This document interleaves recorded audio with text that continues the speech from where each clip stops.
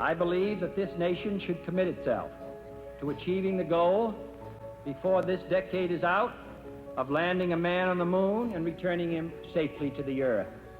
4 months after John F. Kennedy was sworn into office, he promised that the United States would put a man on the moon before the end of the 1960s. And on July 20th, 1969, it's one small step for man, one giant leap for mankind. But why was landing a man on the moon so important? When Kennedy made that promise, the United States and the Soviet Union were at the height of the Cold War.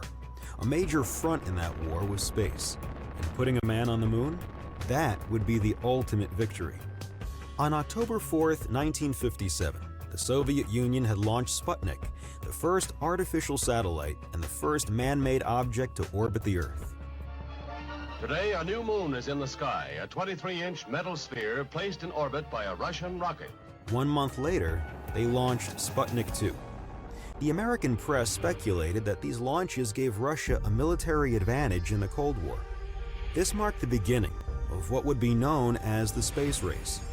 Feeling pressure, the United States launched the Vanguard satellite in December, and after its launch rocket reached the height of a few feet, it burst into flames.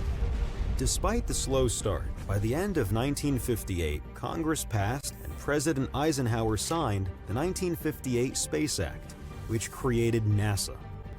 Both the US and the USSR created lunar exploration programs, each successfully launching moon flyby missions in 1959.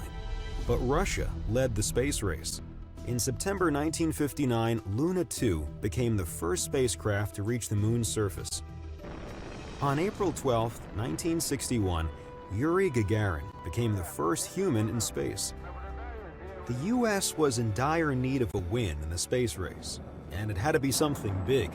So President Kennedy asked Vice President Lyndon B. Johnson to look into what the US could do to beat the Soviet Union. Put a laboratory in space? Orbit a man around the moon? Land a man on the moon? NASA's administrator James E. Webb said there was no way to beat the Soviets in building a space station, and the Soviets could probably send a man into the moon's orbit just as quickly. But maybe, just maybe, the US could be the first to land a man on the moon. On May 25, 1961, JFK publicly proposed that the US send a man to the moon and return him safely to Earth before the end of the decade. The effort to land a man on the moon was christened the Apollo program, and Kennedy predicted its success would inspire people worldwide to choose American-style freedom over Soviet-allied tyranny. A few weeks later, Kennedy, ever the diplomat, met with Soviet Premier Nikita Khrushchev and suggested the moon landing be a joint effort, but Khrushchev said no. The Soviets denied that they were trying to reach the moon, but they were. They built a moon suit prototype and designed a lunar module much like their American counterparts. Even though the Apollo program was launched in the spirit of competition, there were multiple efforts to defuse the space race for diplomatic reasons.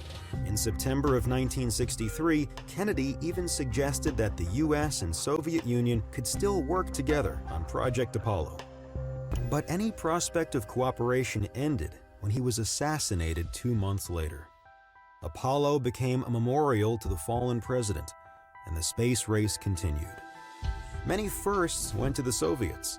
The USSR achieved the first long-duration spaceflight, the first multi-person spaceflight, and the first spacewalk.